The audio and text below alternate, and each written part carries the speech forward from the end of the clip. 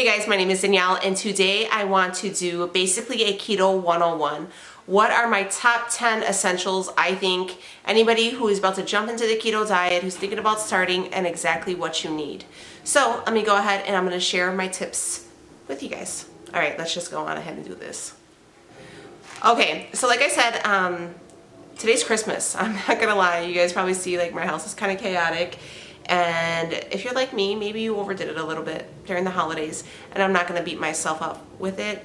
And I am just 100% ready to go 100% in and put as much time and dedication into myself. So starting tomorrow, which is December 26th, I am going hardcore. I never truly wait to January 1st to start any type of like resolution. It always starts for me after the holidays because, you know, most people like myself are just kind of tired of, you know, just eating not the best things because of all the parties and such. So let's do this. Let's go ahead. We're going to jump into keto. All right. So like I said, I have everything written on my phone. I took notes, you know, I'm like trying to be professional. So my number one thing, let's say number one is going to be your protein. Obviously, when you are on a keto diet, this is going to be a low carb lifestyle, but you're going to need your protein. So the way keto is different from like an Atkins diet is keto is higher fat, moderate protein, and low carb. Okay. So you're going to go ahead and you're going to want your proteins. That's kind of where you're going to get, you know, your energy from because you're not going to be having all the carbs, right? So, my favorite cuts of proteins, because you're going to want something that has a little bit more fat on it. You don't want a super lean cut of protein because you're going to end up hitting your protein macro and not your fat, right? So I tend to do some red cuts of meat. I like steaks. I'll do some pork chops with a little bit of fat left on them, or I'll opt for chicken thighs as opposed to chicken breasts. Bacon, fish. I choose salmon. I do tuna. Let's see, like chicken wings are pretty good. I like chicken wings, but I find them really irritating to actually like make. You can do eggs. I always do the eggs with the yolk.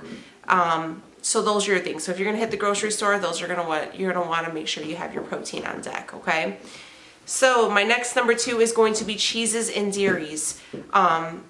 You can have cheese when you're on keto. You can have dairy when you're on keto. A lot of people, it's kind of controversial because a lot of people feel that they have issues with dairy and cheese products and that stalls your weight. You know, with all these things, you're going to eat with caution. You're not going to eat a pound of cheese and a pound of bacon. You know what I mean? You're going to want to, you know, pay attention to your serving size. Don't just think because you don't have to count anything. You're going to, you know, honestly, you're going to want to be in control of it. Don't just gorge. But I'll have like cheese on my eggs, or if I'll do like, sometimes I'll do like a ham roll up and I'll put like some cheese in it. The trick to having cheese while on keto is you don't want to buy pre-shredded cheese. It's better off for you just to buy a brick of cheese and shred it yourself, slice it yourself, because whatever they use to actually cut the cheese in the factory or wherever they're cutting it at, they add some kind of like flour additive to shred it, so it's going to actually have a carb in it, as opposed if you just buy the brick of cheese and cut it yourself, it would be 0 carbs. Again, watch all the cheese, it can mess your stomach up. Same thing with dairy. I was doing heavy whipping cream in my coffee for a really long time.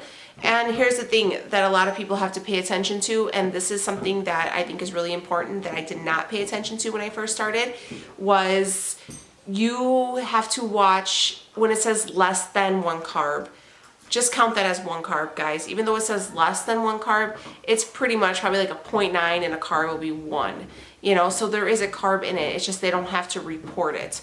So most heavy whipping creams, you're gonna get your fat macros real easy, but you are gonna have the carbs, and people don't measure that. So I've been opting for half and half lately.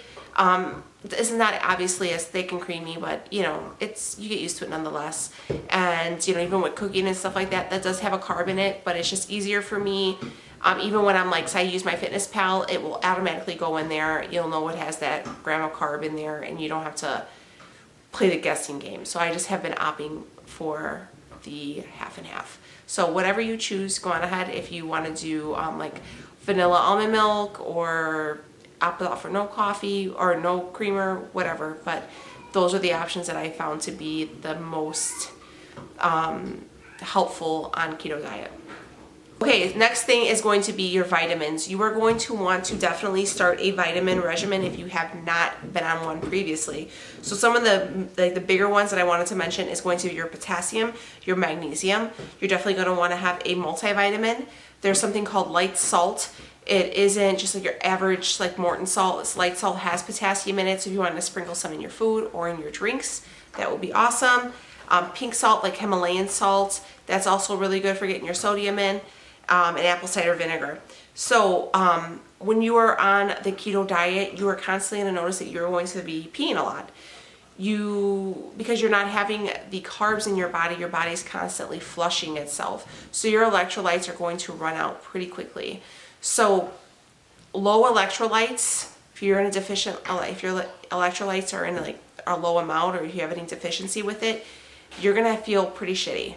Quite honestly, you're going to have leg cramps, you're going to feel sick, you're going to feel run down, it might stir some anxiety, it can give you palpitations. All these things can trigger that. So make sure, like I take a magnesium vitamin that I bought at like GNC. I do the Natural Calm potassium supplement at night. It helps with your sleeping, helps with anxiety, and it helps also with your potassium level. So I do that. I do just a multi-woman's vitamin just for, you know, everyday stuff. And they do have a recipe for something called Keto. I have yet to try it to where it tastes good. It just kind of grosses me out, I'm not gonna lie, because it's very salty. So if you do like any type of beverages, you could always add like the salt into there, or if you're cooking, you could just throw the salt into there. That's always a great option. Apple cider vinegar. I take a shot of that every morning. I was doing really, really well on it, and then I kind of fell off, so I'm going to start getting back on this starting tomorrow. And just take a shot of that. I've done it. I have a video where I do it with like turmeric, black pepper, a little bit of lime, and it really helps detoxify your body, gives you some energy.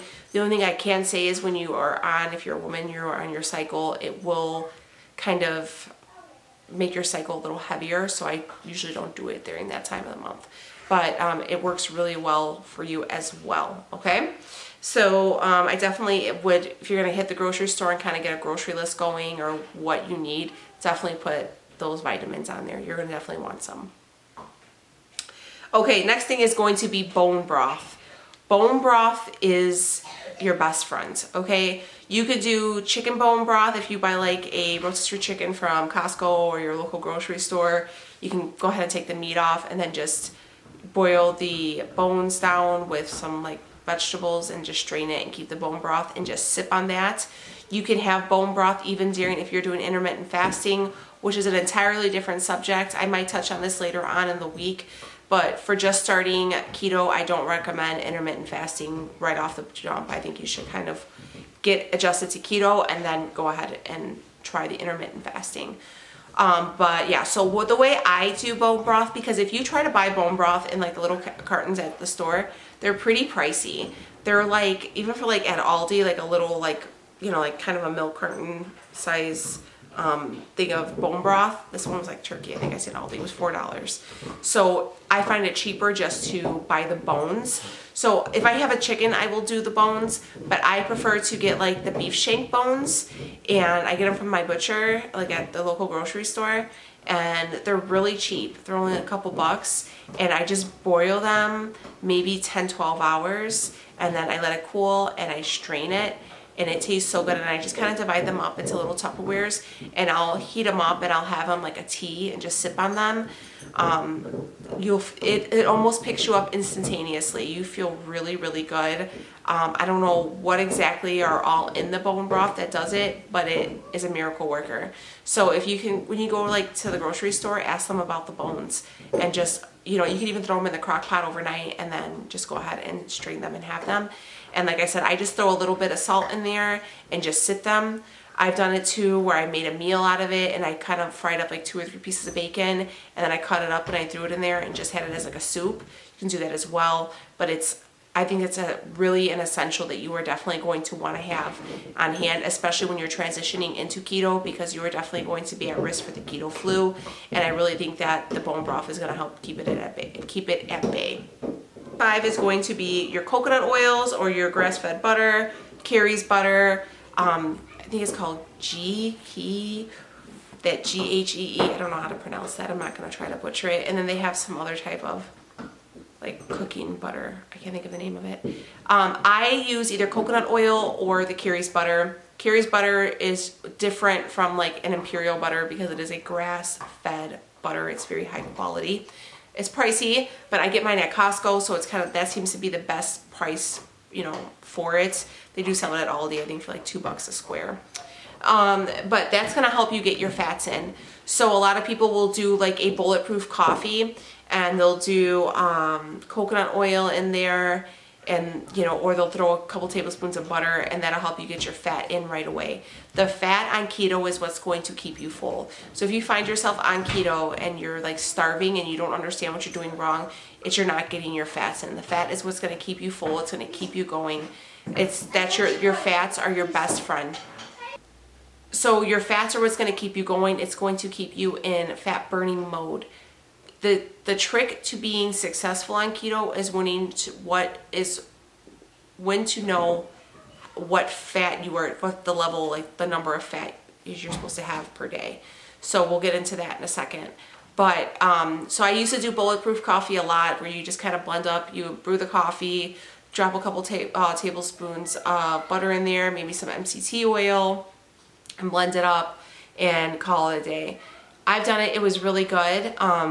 But you know, I just kind of got away from it and haven't really, you know, reventured into that. But it is an option. People really love it. There's tons of recipes for different ways to make it on Pinterest. But I usually, like if I'm going to make anything, if I'm going to make something that, like an egg, I'll put a little tablespoon of butter in there, and I'll go ahead and fry my egg up in the butter just to get the fat in there too. So it's not just super protein heavy, but I can get my fat in. All right, number 6 is going to be a food scale and like a keto calculator. The reason why I say to do like a keto calculator is going to be, you're going to want to go ahead and figure out kind of what your goals are. Are you trying to lose? How much are you trying to lose? What's your activity level? All these things. So it'll tell you how many grams of fat, protein, and carbs that you're supposed to have a day.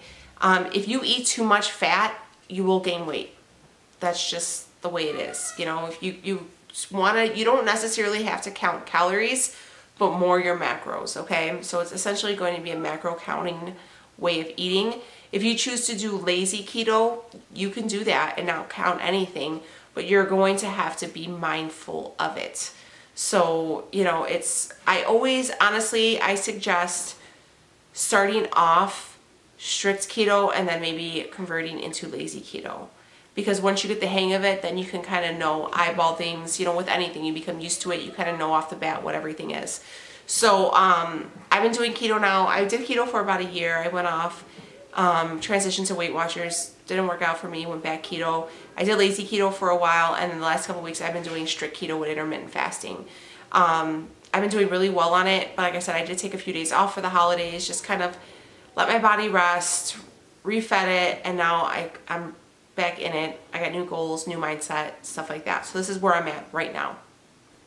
But yeah, so definitely you just Google keto calculator, and they'll tell you, put your age, your weight, your height, your activity level, and it will give you your macros. A food scale is always a great thing to have because that's going to help you with your portions. You're going to, you know, you need 5, 6, 7, 8 ounces of meat, you know, when you're thinking, oh, you can eyeball it, like, oh no, that's only 4 ounces, but in reality it's like 10, you know. Also I use my Fitness Pal. There is something called the Carb Manager that will give you like your net carbs. So when you're counting your carbs on keto, this is very important. So let's just talk this through, okay? If you're going to count your carbs on keto, and people want to know how exactly to do that.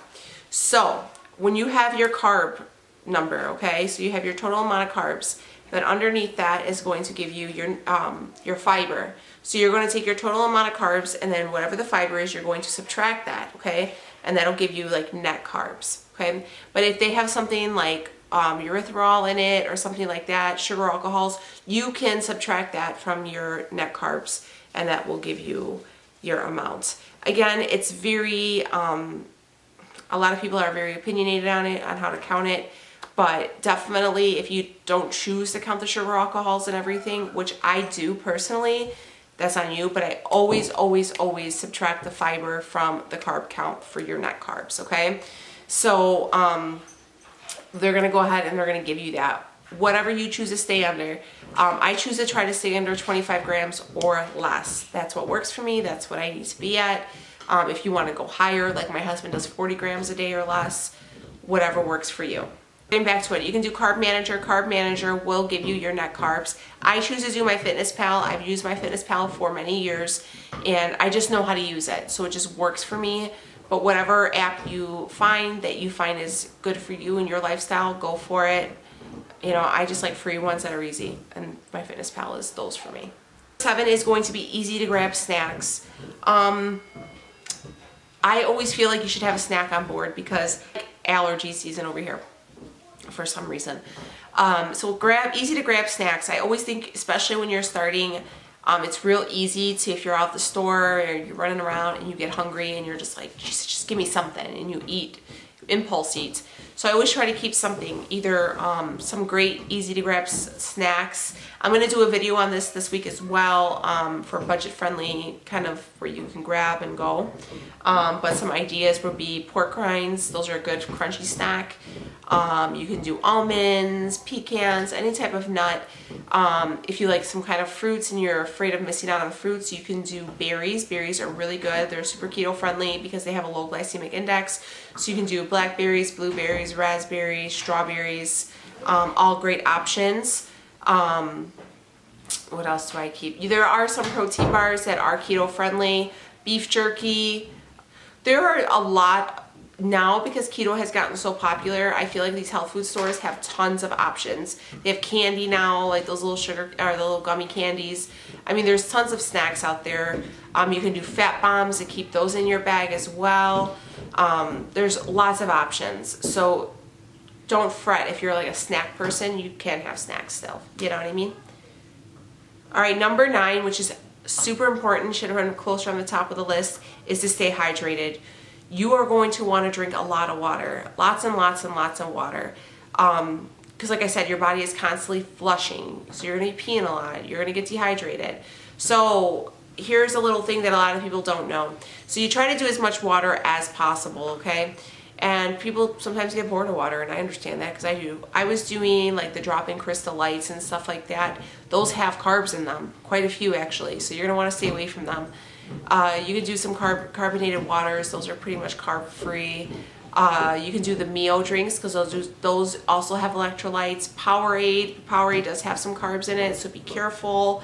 Not as much as like the drop-ins, but it does have the electrolytes in it, so those are a great option. I do like Diet Pop. A lot of people frown upon that because they think it spikes your insulin level. It probably does, but I only have that during the time that I am not fasting. So I do coffees, teas, stuff like that, okay? So you're going to want to be careful, but you're definitely going to want to get your water in, add some lemon to it, maybe do detox water with lemon and fresh mint. That tastes really good. Cut out some strawberries, throw them in there. There's lots of different options, but water is huge. You're definitely going to want to drink your water, lots and lots and lots of water. And the last and final thing is going to be your low carb food, like breads, options, okay? They're tricky. They're tricky because you're going to really want to watch them. So if I'm going to I try to stay away from a lot of these bread alternatives just because, you know, they're still pretty steep. But, you know, if I'm like dying for something, I will have, you know, a sandwich. I do, I think it's called the Healthy Choice, like no sugar added bread. And I want to say for 2 pieces is 11 carbs. I'll do the low carb wraps. You know, I do notice that they do bloat me a little bit, I'm not going to lie, because they have a ton of fiber in them. Also, they're pretty pricey. Also, they, a lot of people think that they will slow your weight loss as well. Probably not initially. I don't think it'll really affect you, but I think when you get closer to your like goal, it's going to definitely stall your weight a little bit. You got to watch your condiments as well, guys. Ketchup has a ton of carbs in it. You try to look for that sugar-free ketchup. Heinz has a version, it's pretty good. There's another brand, Walden Farms has a ketchup, it's pretty good, that's sugar-free. your syrups. If you do like keto, I just spit. If you do keto pancakes, you can get yourself some sugar-free syrup.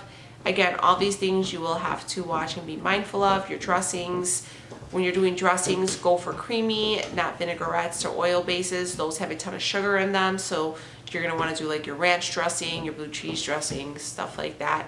But you gotta remember to weigh it out, because that will really sneak up on you, along with any type of almonds or anything.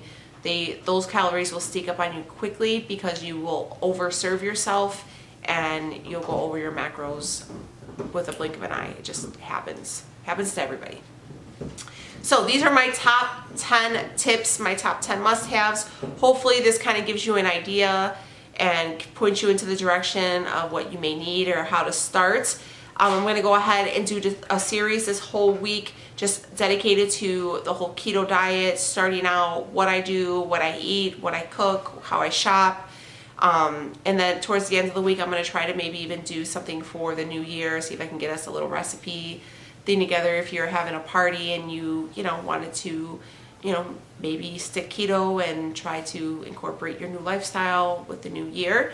So hopefully you guys like this series. Give me a thumbs up if you do. If you guys have any pointers for any people who are just starting, go ahead and let us know down below. We're here in this journey together and we need as much help as we can to be successful. Let's support each other, on this new lifestyle or in this journey, because it takes a village, okay guys? So I hope you had a wonderful holiday, and I'm so proud of you guys for taking the initiative to starting this new journey, and hopefully I can help you guys along the way. But all right, I will see you on the next video. Thank you so much. Bye guys.